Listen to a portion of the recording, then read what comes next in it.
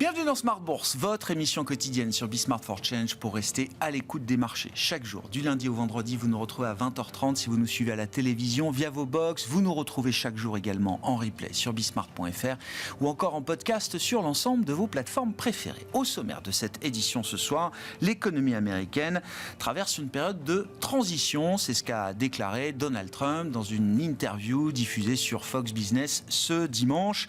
Et c'est sur ce sujet que nous allons élaborer avec nos invités dans quelques instants après les années de soft landing 2023-2024. Qu'est-ce que cette transition que traverse l'économie américaine et vers quoi conduit-elle? C'est toute la question. Les marchés sont de plus en plus dubitatifs à ce stade, en tout cas après 50 jours d'exercice du pouvoir par Donald Trump, du côté pro-business du président américain. C'est vrai que la partie tarifaire a pris une ampleur beaucoup plus importante dès le début de son mandat que ce qu'on avait pu avoir à l'occasion de Trump 1.0. Avant la guerre commerciale de 2018-2019, Donald Trump avait fait passer différentes lois pro-business, des baisses d'impôts ou encore une loi de dérégulation bancaire. À ce stade, au bout de 50 jours, ce sont bien les tarifs qui dominent l'actualité économique, en tout cas en provenance des États-Unis, ce qui perturbe les investisseurs de plus en plus, avec des ventes appuyées aujourd'hui sur le marché américain et un Nasdaq qui cède 3,5% en ce moment. Au cours de cette séance, Pauline Gratel vous apportera plus de détails dans un instant. Côté européen, on se remet des émotions de la semaine dernière. L'euro et le 10 ans allemand trouvent des équilibres après avoir atteint des niveaux importants. 2,80 sur le 10 ans allemand. On est toujours à plus de 1,08$ sur l'euro-dollar. Et déjà des complications politiques, bien sûr, après la méga annonce du plan de relance allemand par le futur chancelier Friedrich Merz, qui va devoir composer avec différents partenaires. Le SPD, bien sûr, un accord de coalition a été trouvé, mais il faut négocier également avec le Parti des Verts. Et de ce point de vue-là, si les discussions sont constructives, elles ne sont pas encore conclusives. D'autres tours de négociation entre la future coalition et le Parti allemand des Verts doivent encore se tenir aujourd'hui et peut-être même dans les prochains jours. La semaine sera marquée par différents chiffres économiques et notamment l'inflation américaine pour le mois de février qui sera publiée ce mercredi. Et puis nous reviendrons sur Donald Trump, bien sûr, dans notre dernier quart d'heure, notre quart d'heure américain, comme chaque lundi. Pierre-Yves Dugas sera avec nous. Quel est le problème de Donald Trump avec le Canada? C'est une des questions qu'on se posera et Pierre-Yves Dugas y répondra dans le dernier quart d'heure de Smart Bourse tout à l'heure.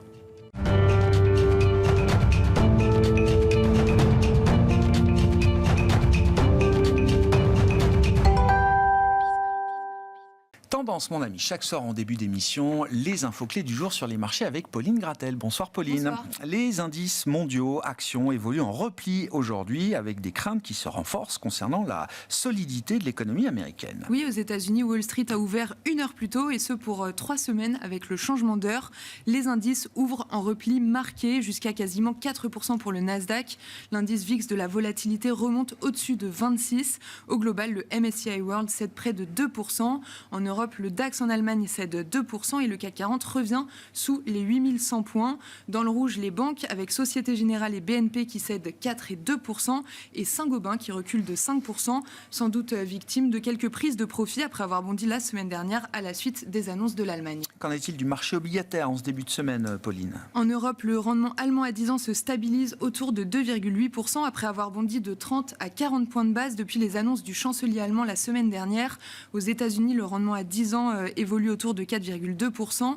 Sur le marché des changes, l'euro-dollar se stabilise également après avoir bondi la semaine dernière. Aujourd'hui, il est autour de 1,0830. L'agenda statistique du jour était relativement léger. Les investisseurs ont malgré tout pris connaissance de l'indice Sentix pour la zone euro. Oui, l'indice Sentix de la confiance des investisseurs rebondit au mois de mars à moins 2,9 alors que les analystes tablaient sur un repli plus important de moins 9,1. En février, l'indice était ressorti à moins 12,7. On a pris connaissance également de la production industrielle et de la balance commerciale pour l'Allemagne. Oui, la production industrielle allemande progresse de 2% en janvier. C'est plus qu'attendu et après s'être repliée de 1,5% en décembre. L'excédent de la balance commerciale de l'Allemagne est inférieur aux attentes en janvier à 16 milliards d'euros contre un consensus de 21 milliards.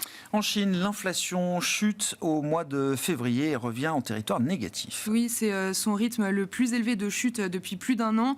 L'indice des prix à la consommation en Chine ressort à moins 0,7% en février sur sur un an et à moins 0,2% sur un mois. Dans ce contexte, l'indice CSI 300 a clôturé en repli, tout comme le Hang Seng à Hong Kong qui perdait 2% en clôture. Et le yen aussi s'est un peu renforcé par rapport au dollar. L'actualité entreprise marquée par le M&A et le fonds brésilien BWGI qui lance une OPA sur le français Verallia. Oui, le titre Verallia gagne ainsi 4% et figure dans les plus fortes hausses du SBF 120.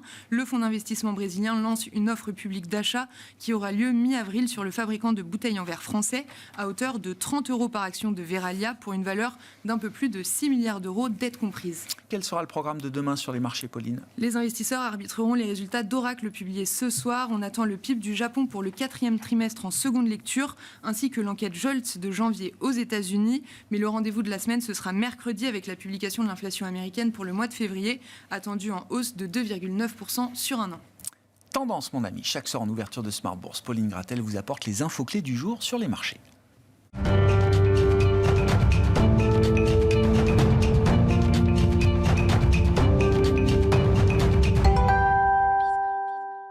Trois invités avec nous chaque soir pour décrypter les mouvements de la planète marché. Véronique Riche-Flores est avec nous, économiste, présidente de RF Research et cofondatrice de Caleis 360. Bonsoir Véronique. Bonsoir. Adrien Dumas nous accompagne également, directeur des investissements de Mandarin Gestion. Bonsoir Adrien. Bonsoir. Et Thierry Gill est avec nous, président de Raymond James France. Bonsoir Thierry. Bonsoir. Thierry, vous êtes spécialiste du marché américain. Vous revenez, du marché américain, oui, quasiment. Vous revenez des États-Unis où se tenait ces derniers jours la grande conférence annuelle de la maison Raymond James, c'est ça. Floride, toujours. Orlando, toujours. Thierry, il y a un peu de friture sur la ligne entre Donald Trump et les marchés, alors qu'on marque aujourd'hui le 50e jour d'exercice du pouvoir de Donald Trump. Qu'est-ce qui se passe et quelle est l'évaluation que vous faites de ces 50 premiers jours d'exercice du pouvoir ? Alors le bilan est plutôt assez controversé. On a le message qu'on a reçu des entreprises, le maître mot, c'est vraiment l'incertitude. Et c'est probablement en bourse ce qui génère effectivement tant de volatilité. C'est vraiment des déclarations parce que cette conférence est une conférence généraliste, donc on voit des entreprises aussi bien dans des secteurs cycliques ou défensifs, et c'était vraiment le maître mot. Alors, porter un jugement sur les 50 premiers jours, il y avait une volonté, je pense, de la part de Trump de marquer son territoire, de donner en fait des grandes lignes, mais avec des points de rupture qui sont excessivement forts. Et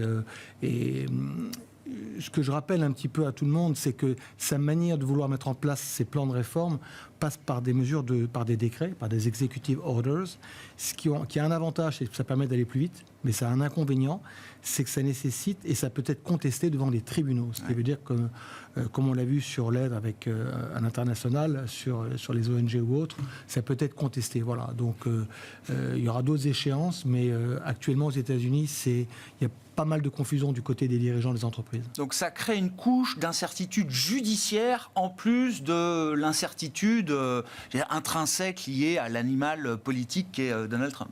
Oui, en fait, notre analyse politique qui est basée à Washington a décortiqué un petit peu cela en 3 étapes. La première, c'est qu'il met en place il propose des choses qui sont très controversées, et qui généralement donnent lieu après à éventuellement un reflux de sa part. On l'a vu dans l'attitude avec le Canada et le Mexique, en frappant fort, en faisant un pas en arrière, de nouveau un pas en avant.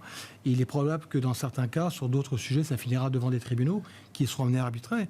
La décision de la Cour suprême la semaine dernière était intéressante parce que sur les 9 juges qui y figurent, oui. La majorité est républicaine et pourtant ils ont remis en cause la décision de Trump. Oui. Certains d'entre eux ont été nommés par Trump, c'est pas de bêtises. C'est ça. Ça a été plutôt quand même un blow pour Trump. Enfin, ça a été un... Oui, c'est ça. Donc on verra sur d'autres sujets si on observe le même phénomène. L'incertitude que Donald Trump injecte aujourd'hui, et on a alors les analystes, les économistes sont parfaitement, habitués à mesurer ces niveaux d'incertitude. Il y a des modèles pour ça, sur le plan commercial notamment. L'incertitude de Trump, générée par Trump 2.0, est déjà beaucoup plus élevée que le maximum de l'incertitude que Trump 1.0 avait pu générer. C'est une incertitude stratégique, voulue. C'est maîtrisé, c'est contrôlé, il y a un projet au bout. Enfin, au bout de 50 jours, c'est la question déjà qu'on peut se poser, Thierry. Il a surtout un calendrier, c'est-à-dire que ça, c'était encore une fois présenté à la conférence. Quand vous prenez, en fait, je vous rappelle, aux États-Unis, au niveau politique, la Chambre basse, la Chambre des représentants, est réunie en intégralité tous les 2 ans. Le Sénat par tiers tous les 2 ans. Ça veut dire que dans un peu moins d'1 an et demi, un peu plus, pardon, en novembre prochain, il y aura des élections américaines. Depuis l'an 2000, nous aurons eu donc, aujourd'hui, il y aura eu donc 13 élections de mi-mandat. Ouais. Par 11 fois sur 13, le parti au pouvoir a perdu l'élection. Et donc, très clairement, ce que disait notre stratégiste, il dit en fait, il a 18 mois pour réussir. Son objectif, c'est ça. C'est ne pas être la 12e défaite du parti au pouvoir à l'occasion de ces élections de mi-mandat. Je pense, en tout cas, c'est l'analyse qu'on fait aujourd'hui, d'où l'idée de vouloir aller vite, peut-être trop vite, diront certains, mais très clairement, il y a cette échéance. Je vous rappelle que sa majorité n'est que de 3 sièges à la Chambre basse, et au Sénat, c'est 53-47 pour les Républicains, donc c'est assez juste. Véronique, parlons de Donald Trump, 50e jour d'exercice du pouvoir. Et hier soir, dans une interview diffusée sur Fox News, Fox Business, Donald Trump nous dit, interrogé sur le risque de récession de l'économie américaine, alors il tourne autour du pot, je déteste ce genre de prédiction, mais oui, l'économie américaine est dans une période de transition, affronte une période de transition. Ça résonne avec ce qu'il avait dit quelques jours plus tôt, il y aura un peu de disturbance, un peu de perturbation. Nous sommes OK avec ça. Est-ce qu'il avait dit encore quelques semaines précédentes, y aura-t-il de la douleur? Pain, c'est le mot qu'il utilisait à l'époque. Oui, peut-être un peu. Là aussi, c'est pas le Trump 1.0 tel qu'on l'a connu, en tout cas, pour son premier mandat. Exactement. C'est même pas d'ailleurs le Trump de la campagne. Parce qu'il n'a jamais promis de la douleur. Il a quand même toujours promis l'opulence, le succès, la réussite, la croissance, les emplois, etc. Il a changé et je dirais que c'est assez évident. Je pense qu'aujourd'hui, il a toujours été évident que le double choc de la montée des tarifs, d'une montée substantielle, assez générale, des tarifs à l'importation, et combiné à des baisses significatives de dépenses publiques, serait récessionniste. Donc aujourd'hui on est là et on le voit bien, la confiance des agents, des ménages, même des entreprises, la confiance des PME qui a vraiment été portée par la réélection de Donald Trump. 2 mois plus tard on regarde leur plan d'investissement, c'est retombé au point zéro, enfin au point de départ. Donc il y a vraiment des doutes. Je pense que les Américains, tout autant que les étrangers d'ailleurs, ou les extérieurs, sont pris de court par la brutalité, la rapidité des réformes, la brutalité d'Elon Musk. Et on commence à voir effectivement un mouvement de contestation qui ne s'adresse pas à Trump, mais qui est plutôt adressé contre Elon Musk et sa politique qui est jugée trop brutale, trop violente, et sans doute mal, avec de mauvais objectifs. Et donc la question aujourd'hui, c'est est-ce que ça peut tomber? Oui, indiscutablement. Pourquoi les marchés l'ont pas vu et pourquoi la plupart des économistes l'ont pas vu avant les élections? C'est parce qu'il y avait les baisses d'impôts massives. Et que là, pour l'instant, il n'y a plus de baisse d'impôts dans le discours. Et ce qu'on comprend bien, c'est que si on veut des baisses d'impôts, eh bien, il va falloir faire des sacrifices. Faire d'abord les économies. Exactement. Ouais. C'était le risque qu'on avait mentionné comme un des risques majeurs de récession. La séquence est contrainte quand même par les marges de manœuvre réduites en termes de finances publiques. Exactement. Il ne fait pas ce qu'il veut de ce point de vue-là. Exactement. Et la manière dont il fait les choses, parce qu'on veut aller vite, et j'ai envie de dire vivement qu'on ait dépassé les 100 jours, parce qu'on va peut-être calmer un peu le rythme, mais bon on ne sait même pas. La manière dont les choses sont faites est extrêmement violente, parce qu'elle doit répondre, je pense, et parce que Trump doit revenir avec ses promesses de baisse d'impôts. Est-ce que l'économie américaine peut sombrer? On n'a pas d'éléments. C'est les mêmes éléments qu'on avait évoqués ces derniers trimestres, quand on a eu des petits stress. Il n'y a rien qui cycliquement laisse penser qu'on ait de la place pour un ajustement violent, type récession classique, potentiellement profonde, à l'exception de la tenue des marchés financiers. C'est là c'est là, à mon avis, que va se jouer le risque. C'est là qu'on commence à regarder de près, effectivement, à reprendre toutes nos estimations, effets richesse, etc. Pour l'instant, l'immobilier tient, les prix de l'immobilier tiennent. Mais enfin, la répartition de l'immobilier, elle est ce qu'elle est. Donc, et c'est là que ça peut tourner très mal, en réalité, et surtout pour Donald Trump. Mais voilà, on est dans l'expectative avec une banque centrale qui a pour l'instant quand même, et heureusement que Jérôme Powell l'a confirmé, pour l'instant il n'y a pas de raison de changer le cap de la politique monétaire. Ça veut dire que la Banque centrale n'est pas en mesure d'anticiper ce risque ou de prévenir ce risque de récession, ce qui pourrait calmer la donne sur les marchés. J'ai été frappé, alors il y a plein d'indicateurs de marché de sentiment, il y en a un qui est très connu, c'est le AAII, enfin le sentiment auprès des investisseurs, qui à peine le S&P avait baissé de 5% par rapport à son sommet, que cet indicateur-là est passé en zone extrême bearish, quoi. Quand même, 5% de baisse, ça fait basculer tout le monde dans l'idée qu'à 6 mois, les actions vont forcément continuer de baisser, quoi. On paye tellement cher, enfin, les multiples sont tellement élevés qu'il y a une exigence de résultat qui fait que la moindre déception peut provoquer effectivement des mouvements de retrait, d'aversion au risque, assez peut-être disproportionnés, mais qui peuvent trouver leur explication par des attentes qui sont très élevées, comme l'expriment les PE. Bon, et donc pour vous, c'est la course des marchés qui peut faire basculer l'économie américaine dans un scénario ou dans un autre? Oui, alors Trump n'est pas tout à fait, Elon Musk n'est pas tout à fait une variable insensible, hein, donc, mais effectivement, s'il met à exécution ses menaces en termes de dépenses publiques et d'emplois publics principalement, mais il n'y a pas que ça, hein, eh bien, effectivement, on verra le risque de récession augmenter sensiblement. Or, qu'est-ce qui se passe s'il y a un risque de récession? La hausse des tarifs, les entreprises seront bien obligées de l'avaler. Hein. Donc, il y aura non seulement moins de demandes domestiques, mais en plus ce choc que les entreprises américaines risquent de devoir absorber complètement. C'est pas tout à fait ce qui était pricé dans les perspectives. Ah non, c'était pas ce qu'on avait en tête quand on parlait d'exceptionnalisme américain. Oui. Et tout ça se mesure effectivement dans la réaction. Mais je crois que même pour Donald Trump, Elon Musk devient un peu trop brutal. Il lui a dit la semaine dernière, il dit il faut arrêter d'y aller avec la hache, il faut y aller au scalpel maintenant. Adrien, vos commentaires, et puis si c'est une question de marché, où est le put? Je veux dire, comment est-ce qu'on peut stabiliser un marché si vraiment il faut se préparer? Bon, le Nasdaq est à moins 12 aujourd'hui par rapport au sommet, mais donc ça reste encore acceptable au regard du volume de hausse qu'on a enregistré sur les 2 dernières années. Mais s'il y a besoin d'un coupe-circuit, d'où peut-il venir? C'est une bonne question, sachant que ce week-end, on a l'impression quand même que la tentative, c'était d'envoyer un peu des pompiers en disant vous inquiétez pas, c'est à peu près sous contrôle et tout va bien. On voit que la réaction des marchés n'est pas du tout, les pompiers ont rassuré.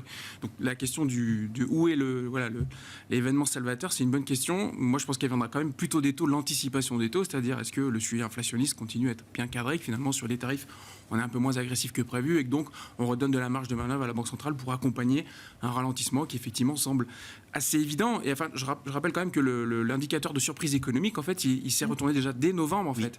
Donc juste après l'élection de Donald Trump, on avait déjà en fait un cycle de déception sur les indicateurs économiques des entreprises qui, pendant la publication des résultats annuels, ont quand même été assez prudentes en disant notamment les industriels se sont préparés à ces hausses de tarifs douaniers, donc ont beaucoup commandé, donc beaucoup de stocks. Donc attention, le premier trimestre, même le premier semestre est un petit peu difficile. Donc on est dans ce moment qui était déjà pas facile. Et en plus, là, on dit attention, ça va durer plus longtemps que prévu parce que c'est transitoire. Et donc la réaccélération, qui était l'élément qu'on avait pricé avec l'arrivée de Donald Trump en 2025-2026, il va falloir certainement la reporter dans le temps. Voilà, donc oui, c'est vrai que si on met tout ça dans l'entonnoir, on se dit qu'effectivement, à court terme, il va y avoir un peu de chahut et effectivement beaucoup de volatilité. Les taux ont quand même corrigé rapidement quand même aux États-Unis. Hein, le 10 ans américain a quand même beaucoup baissé, ce qui permet aussi à certains secteurs ou certaines industries, ou à certains actifs comme l'immobilier de tenir un petit peu. Mais l'effet richesse, je pense que c'est effectivement un bon sujet. Le Bitcoin vient de perdre 15% en ligne droite. Le retail qui était très participant après l'élection de Donald Trump, visiblement est en train beaucoup de réduire la voilure aussi.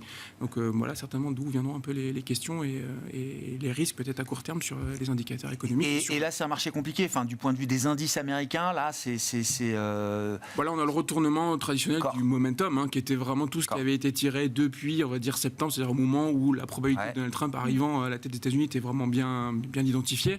Et on va dire que tout ce qui a été porté depuis septembre jusqu'à le point haut de mi-novembre est en train un petit peu de faire marche arrière.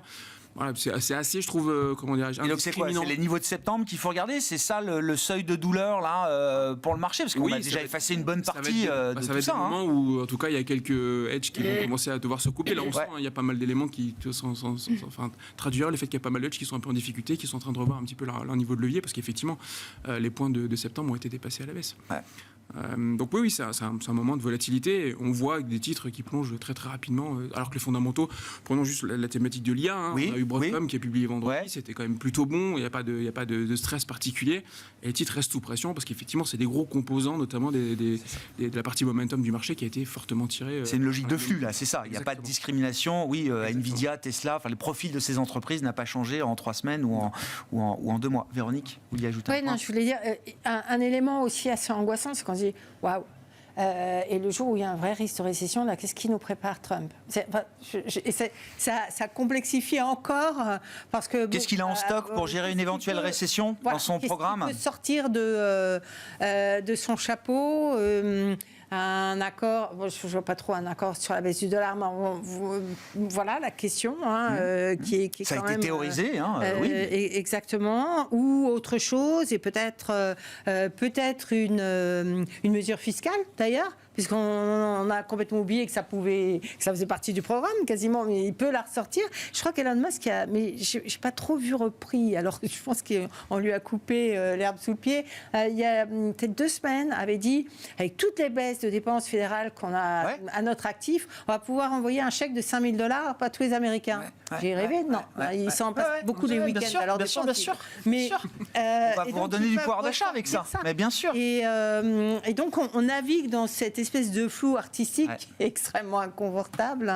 Mais voilà, c'est un thème de l'incertitude absolue. Il y a un Trump double face. Première guerre comme ça, j'ai retrouvé les chiffres parce que là, la Chine vient de mettre en place des tarifs de rétorsion sur l'agriculture américaine qui avait beaucoup souffert de la première guerre commerciale. J'ai vu que les faillites avaient explosé de 25% dans le secteur agricole et j'ai retrouvé les chiffres. Ça avait coûté 27 milliards de dollars de pertes au secteur agricole américain, la première guerre commerciale, compensée en très grande partie à hauteur de 23 milliards de dollars par des subventions fédérales. C'est-à-dire que dans la guerre tarifaire, Trump derrière quand même envoyait 23 milliards de dollars de subventions au secteur agricole qui se retrouvait en première ligne comme ça, notamment face à la Chine. Sur le marché, Thierry, qu'est-ce qu'on peut dire de la situation après notamment, encore une fois, les années de rallye, d'exceptionnalisme américain qu'on a vécu. Alors vous êtes venu avec un graphique là aussi de longue période, c'est ça, concernant le S&P 500, Thierry? Oui. Quel est l'objet de ce graphique et comment est-ce qu'on peut l'expliquer, parce qu'il n'est pas évident à lire comme ça. Alors dans les grandes lignes, vous avez, ça s'étale, en fait, c'est sur quasiment un demi-siècle, de 1980 à 2024, on a 45 années. Les lignes bleues qui montent, ce sont les hausses du Standard & Poor's 500, qu'elles montent ou qu'elles baissent, et tous les points rouges montent les maximums drawdown durant une année. D'accord, ce sont la perte entre le sommet et le point bas, quoi. Voilà. Donc, on va prendre un exemple. La ligne bleu marine, qui est la plus basse, remonte au crack du subprime, où le SPI avait perdu en cours d'année près de 50%, et on a fini en baisse de 34%. 2 constats. Le premier, c'est que ça monte beaucoup plus que ça ne baisse. C'est déjà la première bonne nouvelle. La deuxième chose, c'est qu'en fait, si on écarte 2 années qui ont fini pratiquement à zéro, les marchés n'ont baissé que 8 années sur ces 45 années. Ce qui est intéressant, je trouve, c'est que la ligne rose horizontale que vous voyez sur le bas vous montre quelle est la baisse moyenne du marché américain depuis 45 ans. Le chiffre, on le voit peut-être pas direct très bien, c'est à peu près 15%. Voilà. D'accord. Par an.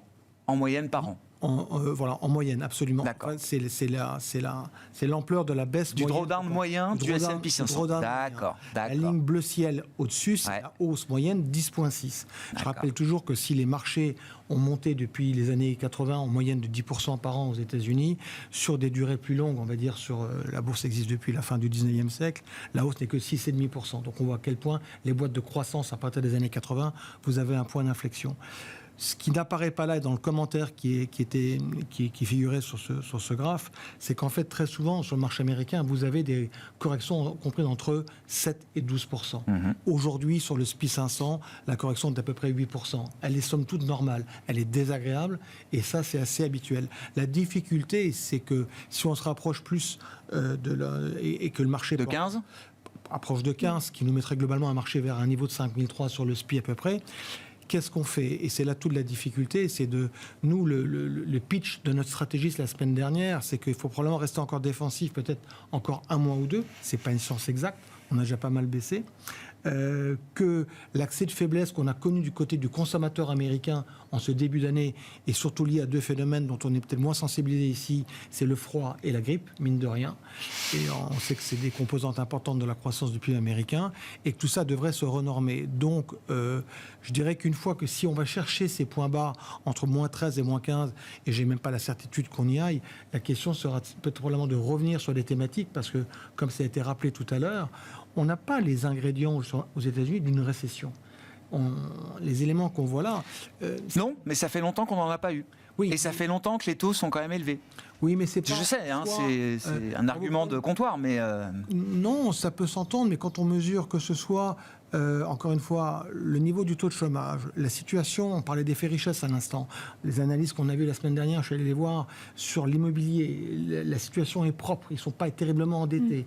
Le principal effet de richesse sur un particulier, c'est ça, c'est ça, hein, c'est son immobilier. Après, la bourse, ça va être un autre élément si ça continue à se dégrader, mais il n'y a pas vraiment d'ingrédients qui laissent à penser que les marchés devraient avoir un ajustement fort en termes de récession. Toute la question, c'est la rotation. Et pour finir, ce qui est assez étonnant, et c'est ce que nous, on avait dit en début d'année, je me méfie toujours des consensus, j'aime pas ça. Oui. Parce qu'au début d'année, tout le monde était bullish sur les US, on était très réservé sur l'Europe. Il se passe l'inverse. Et en fait, par contre, ce qu'on en avait dit, c'est acheter les secteurs qui sont en retard. Je ne parle pas de capitalisation boursière.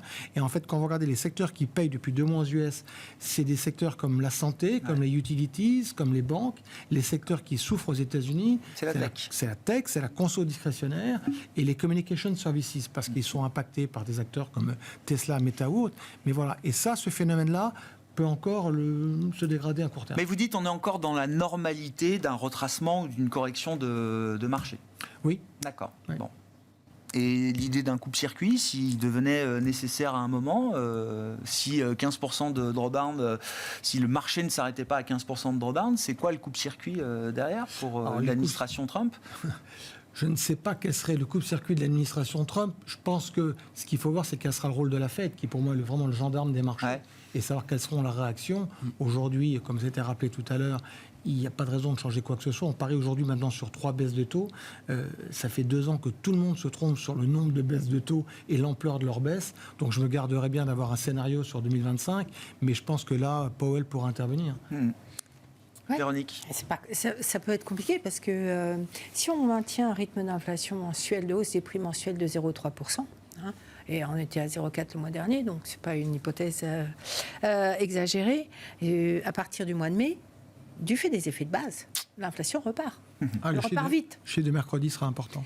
Et ça va être embêtant. Parce qu'on n'est pas du tout sûr. A priori, d'ici le mois de mai, avec quand même des hausses de tarifs qui sont pas totales. Et bon, ça devrait quand même plutôt pousser les hausses de prix mensuelles à la hausse.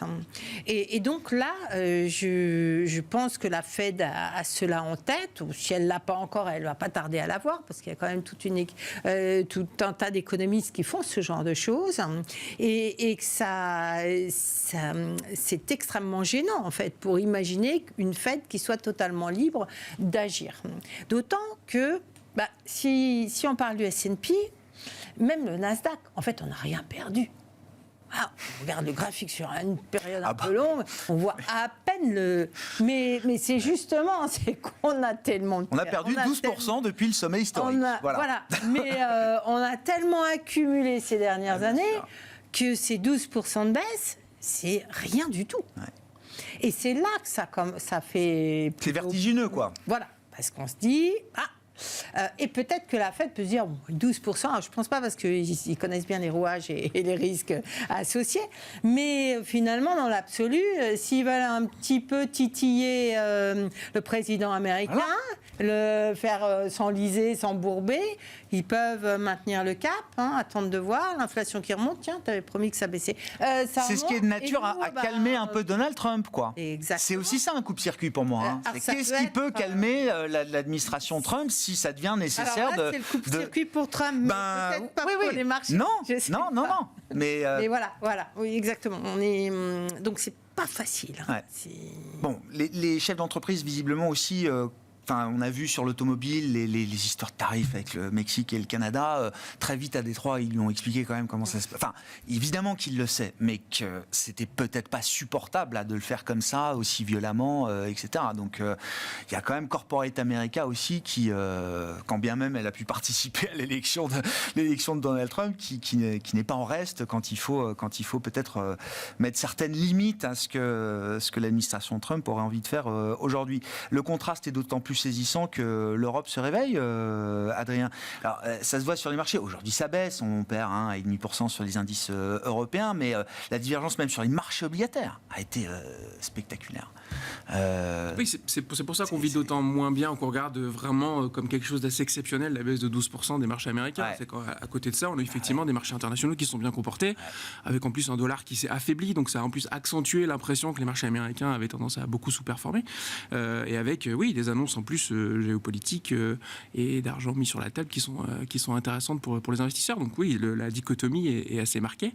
Ça va être intéressant de suivre comment est-ce qu'on arrive effectivement à cette coalition en Allemagne. Est-ce que vraiment on va continuer à surprendre positivement sur la dynamique et sur le rythme en fait des annonces. Les Verts ont essayé de faire un petit peu de négociation ce week-end. Oui, c'est le jeu. C'est logique. Mais on verra effectivement si c'est juste un petit grain de sable. Si je précise, les Verts sont pour la réforme du debt break. Ça fait partie des partis qui poussent dans ce sens-là. Eux, ils veulent une réforme approfondie qui va encore plus loin sur le debt break. Ils vont rajouter des éléments sur c'est là que ça se négocie, environnemental. Voilà, effectivement, tirer un petit peu leur épingle du jeu dans l'équilibre et dans les propositions qui sont faites. Mais oui, évidemment, la dichotomie est importante. Et puis, d'un point de vue purement financier, les BPA des entreprises en Europe ont continué à être revus en hausse. Donc, on ne monte pas juste sur des expansions de multiples. Il y a des révisions bénéficiaires. Post-publication des résultats annuels et des premiers trimestres qui, de ce qu'on entend pour l'instant, se passe bien d'un point de vue domestique. Donc ça aide aussi effectivement au momentum et notamment au momentum relatif vis-à-vis des marchés américains. Comment on intègre ce temps européen ou ce calendrier, ce nouveau calendrier européen avec les montants ou la volonté en tout cas de déployer des montants inédits pour l'Allemagne d'après-guerre. Comment on met un prix là-dessus, Adrien? Alors, la semaine dernière sur l'euro, sur les taux, ça a été la folie évidemment. Est-ce qu'on a déjà bien intégré ça dans les marchés actions, dans la hausse des marchés actions? Est-ce que c'est un trajet au long cours désormais et un chemin différent aussi, peut-être une perception différente peut-être à terme pour les actifs européens? C'est plutôt ça, c'est qu'on avait un positionnement vraiment, un consensus très très fort sur le fait que l'Europe est une région à oublier, qu'il s'y passerait plus rien, qu'on avait des dissensions géopolitiques très importantes, que chacun jouait un peu sa carte individuelle. On avait en tête Giorgia Meloni qui allait à Mar-a-Lago pour essayer de négocier la propre destinée d'Italie par rapport aux autres pays. Et là, on a l'impression qu'effectivement, au pied du mur, on a enfin un semblant de réveil et la volonté de coopérer. Donc oui, ça donne une impression de quelque chose de nouveau et avec, selon les trébuchants, quand même des montants qui sont assez importants mis sur la table. Donc je pense que là, on a juste vu la correction c'est une région qu'il ne faut plus toucher. On a eu un peu de flux positif sur les actions européennes, principalement en gestion passive, principalement les ETF qui ont été plébiscités. Mais on a un rééquilibrage progressif, effectivement, avec un intérêt pour les marchés. Est-ce qu'on peut aller plus loin? Voilà, il va falloir rentrer un petit peu plus dans des éléments tangibles, déjà d'amélioration de sentiments. Je prends l'exemple du résidentiel, des infrastructures, où c'est des marchés qui sont un petit peu mieux orientés depuis 3-4 mois. Si évidemment on se projette avec des éléments de relance importants, ça peut continuer à driver ce momentum. Mais vous parlez tout à l'heure de Saint-Gobain, c'est un titre qui a déjà beaucoup, par exemple, extrêmement réagi le secteur de la construction de manière générale, qui a extrêmement réagi à ce news flow. On sera un petit peu prudent là à court terme en disant on va attendre d'y voir un petit peu plus clair sur l'impact réel sur les chiffres à court et moyen terme. Véronique, qui a effectivement là, ce double horizon avec évidemment la perspective d'une Europe peut-être demain différente, plus solide, plus autonome, puisque c'est le sens quand même du signal envoyé, cette quête d'autonomie stratégique. C'est ce qu'on disait vendredi, certains l'attendent depuis 15-20 ans maintenant. Donc à quel niveau d'enthousiasme on se situe par rapport à ça, Véronique? Et dans le même temps, personne n'est naïf. On sait qu'on a dans l'intervalle, quand même, à très court terme, une Europe qui reste la même. Tout n'a pas changé non plus en Europe depuis les annonces de Friedrich Merz la semaine dernière. Et puis surtout, la perspective de tarifs à compter du 2 avril. Cette séquence trumpienne, elle est quand même confirmée, répétée. On verra ce qu'il en est. Mais donc il y a quand même ce court terme qui semble toujours un peu compliqué et ces perspectives à long terme. Oui. Et on est obligé d'être sur la retenue et de se forcer à se retenir, en tout cas en ce qui me concerne, parce que ce qui s'est passé la semaine dernière, en Europe est juste historique. Hein.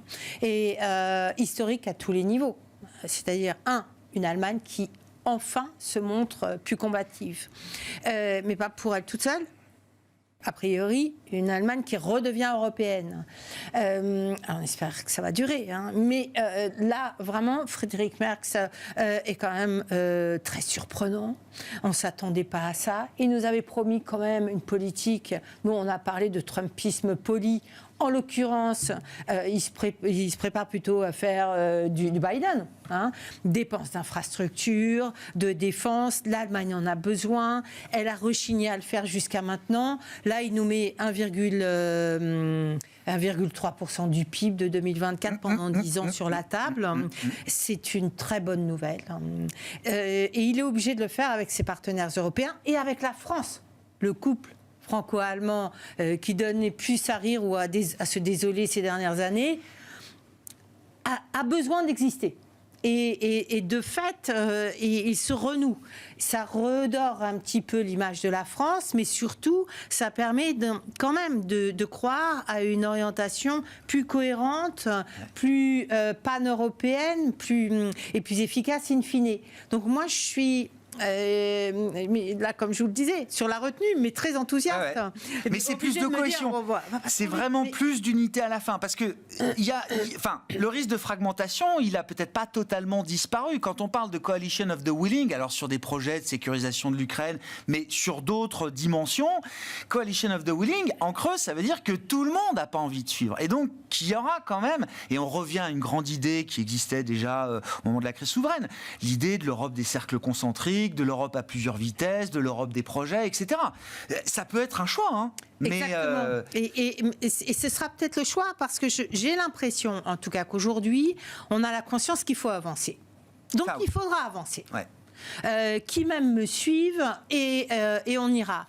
Et l'autre élément, c'est qu'il faut construire quelque chose qui soit à la hauteur des enjeux internationaux, ce qu'on n'a jamais fait jusqu'à maintenant, hein, à part Airbus. Donc ça oblige à une convergence des politiques industrielles ou des initiatives industrielles et il va falloir s'y mettre. Alors, peut-être qu'on ne s'y mettra pas et que ce serait une grande désolation et que dans 6 mois, je vous dirais, voilà, on a cru au Père la Noël, déception est toujours possible. Malheureusement, c'est l'Europe. Sûr. Aujourd'hui, je pense qu'on n'a jamais eu autant de conditions réunies pour que ça marche, pour y croire. Alors, bien sûr, les taux remontent. Peut-être qu'ils remontent un peu trop tôt. Mais enfin, moi, j'ai fait un calcul de coin de table, tout bête. 500 milliards sur 10 ans. 50 milliards donc par an. On prend un multiplicateur budgétaire classique, vraiment pas agressif, 0,5.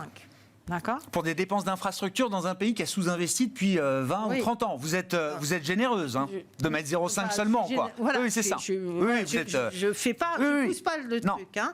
Donc 1,3%, 0,5, ça fait 0,7% de stimulation de la croissance structurelle et a priori de la productivité. Sans compter les effets des multiplicateurs européens, ça vaut bien 70 points de base aux taux longs. Ouais. Hein.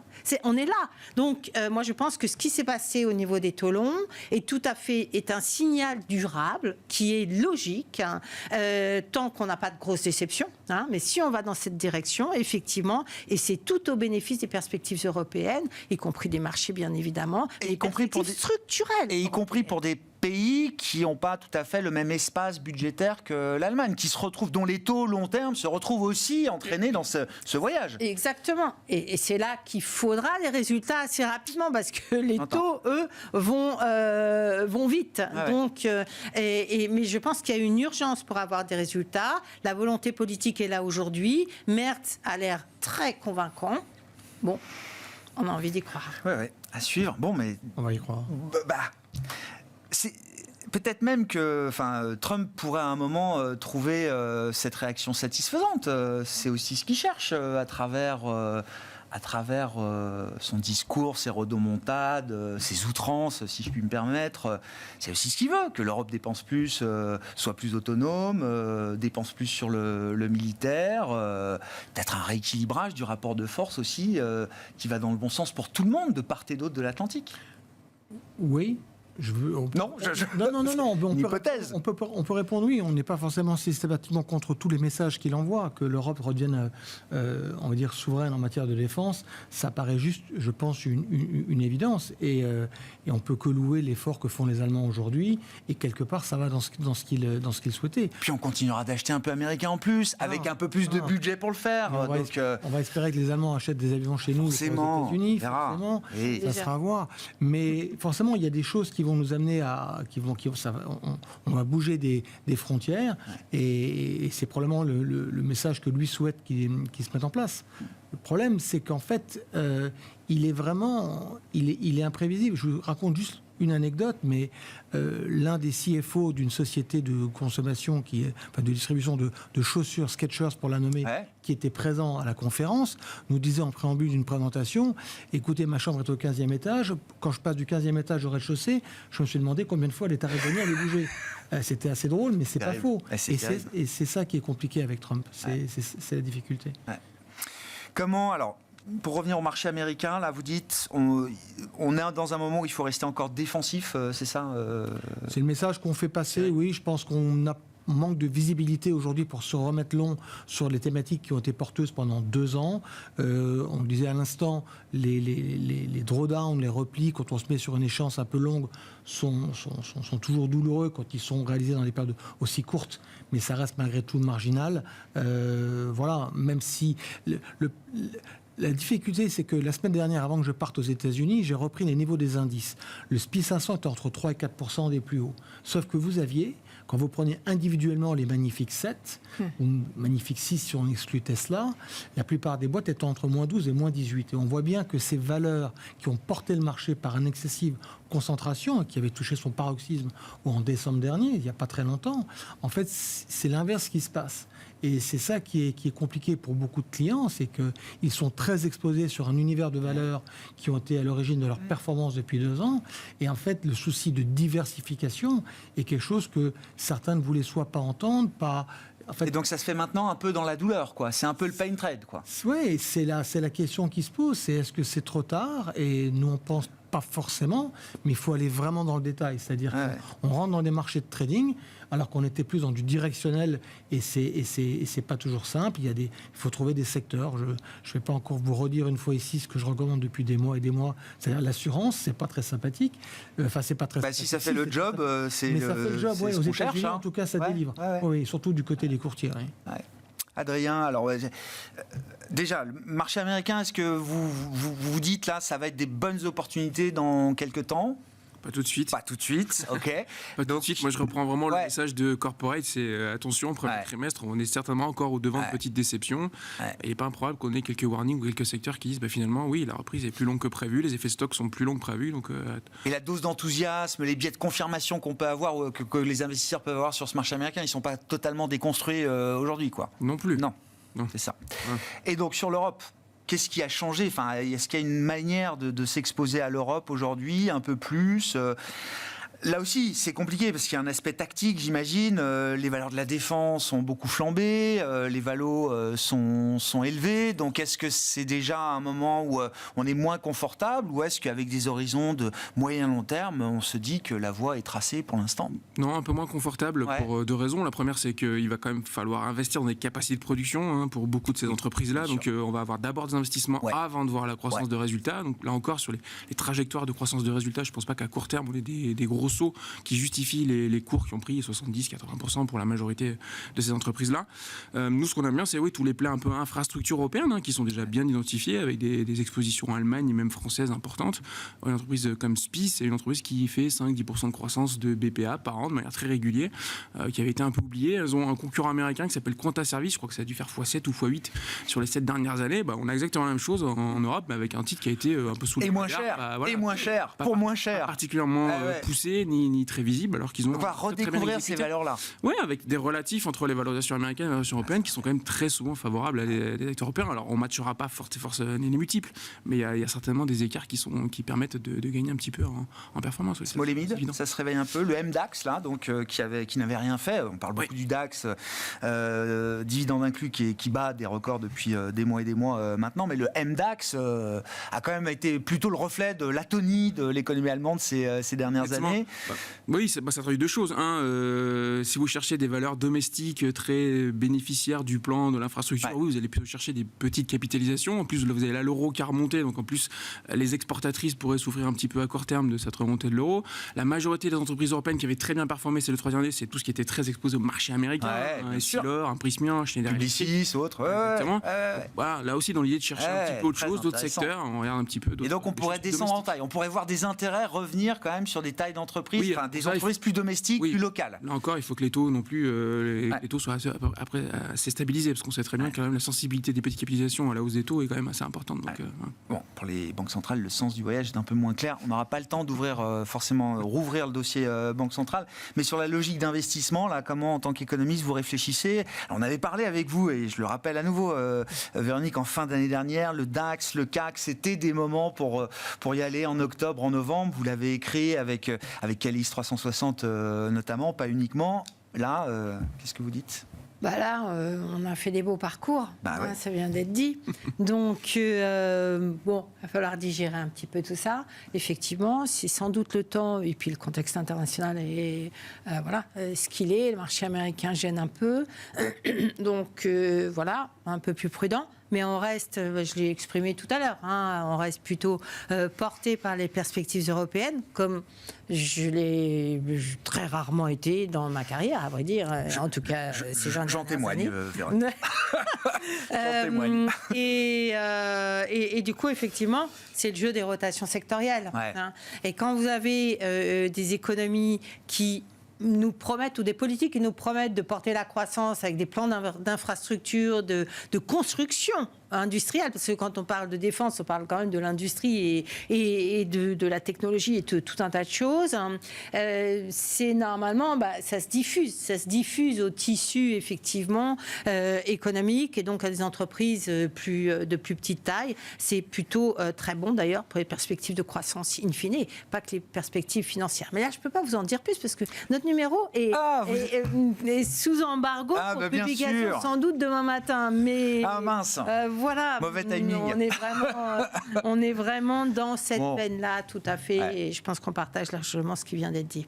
Merci beaucoup. Merci à vous trois. Merci d'avoir été les invités de Planète Marché ce soir. Véronique Riche-Flores, présidente de RF Research, cofondatrice de Calis 360, Thierry Gill, président de Raymond James France, et Adrien Dumas, directeur des investissements de Mandarine Gestion, étaient nos invités. Le dernier quart d'heure de Smart Bourse, chaque soir c'est le quart d'heure thématique et chaque lundi le thème c'est celui des États-Unis avec notre quart d'heure américain, et nous retrouvons donc ce soir Pierre-Yves Dugas, correspondant américain pour ce quart d'heure de début de semaine. Bonsoir Pierre-Yves, merci beaucoup d'être fidèle au poste, ravi de vous retrouver. Les choses bougent très très vite, un sujet qui a été encore assez peu abordé je trouve au milieu du fracas des 50 premiers jours d'exercice du pouvoir de Donald Trump et de son administration. C'est la question de la loi de continuation budgétaire qui avait été votée en fin d'année dernière pour permettre au budget américain de continuer de s'exercer jusqu'au 14 mars minuit, si je ne dis pas de bêtises. Pierre-Yves, c'est donc la semaine pour se poser la question de savoir si un nouveau shutdown est possible. Alors c'est possible, mais à mon avis, ça n'est pas vraisemblable. Donald Trump a convoqué à la Maison-Blanche le Freedom Caucus. Ils sont une grosse douzaine. Ce sont les gens de la droite du Parti républicain à la Chambre des représentants. Et il leur a dit, écoutez, si vous ne votez pas pour cette Continuing Resolution, comment vous avez dit en français? Je ne connaissais même pas le terme. Voilà. C'est les services votés, en gros.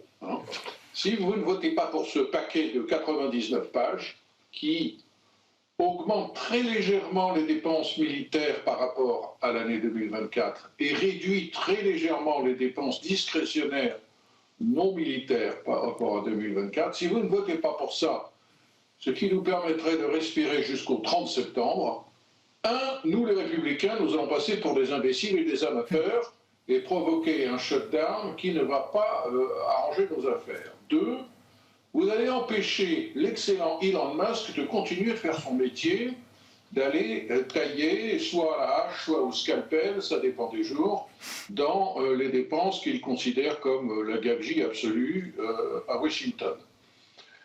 Troisièmement, vous allez créer une diversion malvenue, car le plus important pour nous républicains, avec notre très faible marge de manœuvre, puisqu'il n'y a que 218 républicains élus à la Chambre des représentants contre 214 démocrates pour le moment, vous allez tout ralentir sur le travail qui est vraiment important, celui de la reconduction des baisses d'impôts qui avaient été adoptées en 2017, lorsque j'étais déjà président, moi, Donald Trump, et le renforcement de la politique d'immigration. Donc, s'il vous plaît, messieurs les intransigeants, messieurs les super conservateurs, messieurs les orthodoxes de la fiscalité, soyez gentils, pas de dissension, comme un seul homme, vous votez pour ce paquet de 99 pages, nous évitons le shutdown jusqu'au 30 septembre et on passe aux choses sérieuses.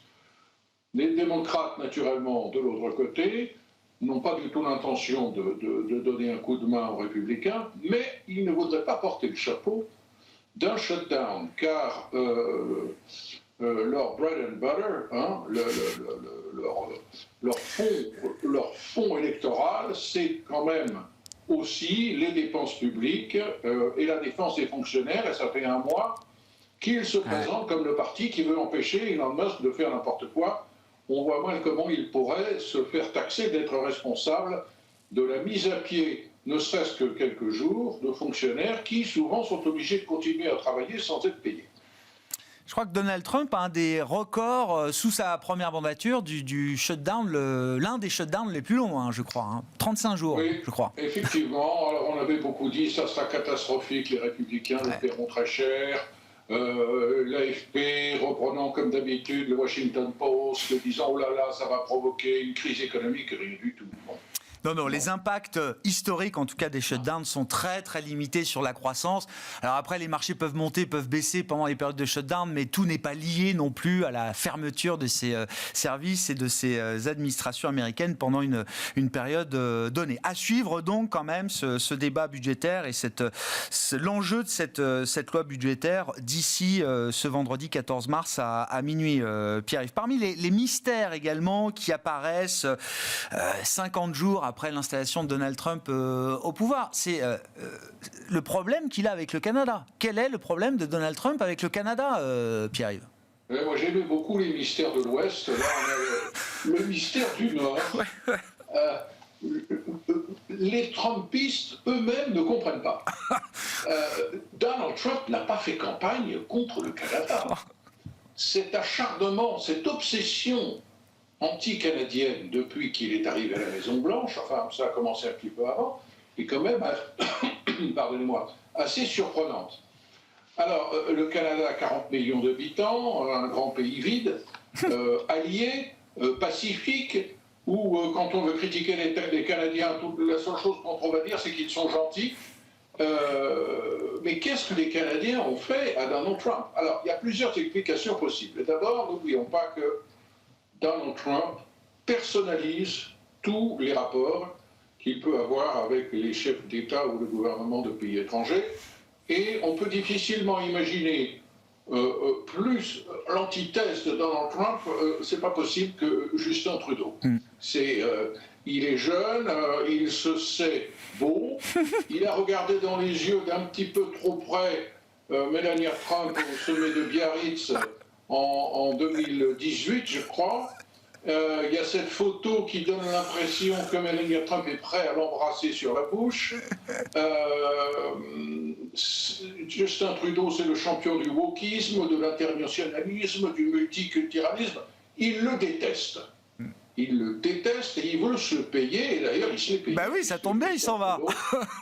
Ne sera plus Premier ministre du Canada sous peu.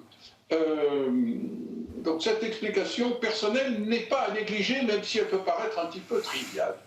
Et puis il y a le fait que Donald Trump considère que, en regardant la carte, il n'y a pas que le Groenland, il y a d'abord le Canada. Si on regarde la carte dans le bon sens, c'est-à-dire pas avec une planisphère en travers, mais une planisphère en version verticale, si les Russes veulent envoyer des bombes et des missiles, ils vont passer par le Canada. C'est très important de sécuriser absolument, et c'est déjà le cas, l'espace nucléaire stratégique, stratosphérique au-dessus du Canada et du pôle. Le Canada est riche en minerais, ça l'intéresse à long terme. Et puis ça serait le deal immobilier du siècle. Si les États-Unis pouvaient se payer un 51e État, ce qui naturellement n'arrivera pas. Les Canadiens n'en veulent pas. Et il faut que, à mon avis, Donald Trump fasse attention de s'amuser, peut-être au début en plaisantant, mais il a l'air d'y croire, de faire du Canada le 51e État. C'est que l'inverse peut se produire. Le Canada peut décider que la Californie, l'État de Washington et l'Oregon vont faire sécession pour rejoindre et devenir des provinces canadiennes. Ça ne serait pas dans l'intérêt des États-Unis. Et puis là, il y a une troisième explication qui met de mauvaise humeur Donald Trump à l'égard du Canada, c'est qu'il a tenté, au cours des années relativement récentes, de faire 3 gros deals immobiliers et que ça a été 3 catastrophes. Une catastrophe avec un hôtel sous licence à Toronto, une catastrophe avec un condominium, un immeuble d'habitation de copropriété à Toronto également, et catastrophe aussi avec un hôtel à Vancouver sous licence qui avait été repris et exploité par une société de l'organisation Trump. Le maire de Vancouver avait envoyé une lettre à Donald Trump en disant « Surtout, ne mettez pas votre nom sur le bâtiment, nous ne voulons pas de vous ». Ça a terminé en faillite tout ça. Le marché canadien n'a pas été gentil avec l'organisation Trump et c'est probablement une des choses que Donald Trump a un petit peu en travers. Un des objectifs réalistes, parce qu'on cherche là, au bout de 50 jours, à trouver des objectifs, une cohérence, quelque chose de réaliste quand même derrière les va-et-vient quotidiens et permanents de Donald Trump. Sur la question tarifaire, l'objectif va être de renégocier à nouveau l'accord de libre-échange de la zone Nord-Amérique, qui inclut Canada, États-Unis, bien sûr, et Mexique. C'est ça l'objectif de cette législation, Pierre-Yves ? Officiellement, pas du tout. Officiellement, il s'agit de mettre la pression sur le gouvernement mexicain et le gouvernement canadien pour qu'ils barrent la route à l'invasion des États-Unis par des produits plus. C'est la guerre contre la drogue. Il le répète à chaque fois, Lutnick, Trump, c'est pas la guerre commerciale avec le Canada et le Mexique, c'est la guerre contre la drogue. Voilà, c'est la guerre contre la drogue. Le fentanyl tue 70 000 Américains par an, pardon. Il serait temps que le Mexique et le Canada prennent les choses au sérieux. Une des choses qui est frappante dans cette histoire, c'est que la présidente mexicaine n'a pas vraiment le profil d'une Trumpiste non plus. Elle a été élevée, elle a fait ses études à Berkeley, et elle fait l'objet de multiples compliments de la part de Donald Trump. Elle semble-t-il, au téléphone, ils ne se sont pas rencontrés, mais les rapports ont l'air tout à fait cordiaux. Je pense que si on peut ouvrir la porte et trouver une solution élégante de sortie à cette crise complètement artificielle, ça serait l'arrivée de monsieur, comment s'appelle-t-il, Carney, à la tête du Parti libéral et qui va devenir, jusqu'aux nouvelles élections, le Premier ministre canadien. On verra effectivement Mark Carney qui va prendre le poste de Premier ministre, qu'on connaît bien dans les milieux financiers. Il a été banquier central, gouverneur de la Banque du Canada, gouverneur de la Banque d'Angleterre également, canadien bien sûr, qui devient Premier ministre canadien. Et je suis assez d'accord avec vous, j'apprécie en tout cas. Je suis beaucoup Claudia Sheinbaum, la présidente mexicaine, parce que je pense qu'elle sait comment parler à Trump et que visiblement chaque conversation téléphonique a toujours été constructive. Et que pour l'instant, elle évite, sans trop de sacrifices, elle évite quand même l'exécution des menaces tarifaires. Dans la psychologie de Donald Trump, il y a quelque chose de fondamental. Les Européens sont sur le point de s'en apercevoir à nouveau.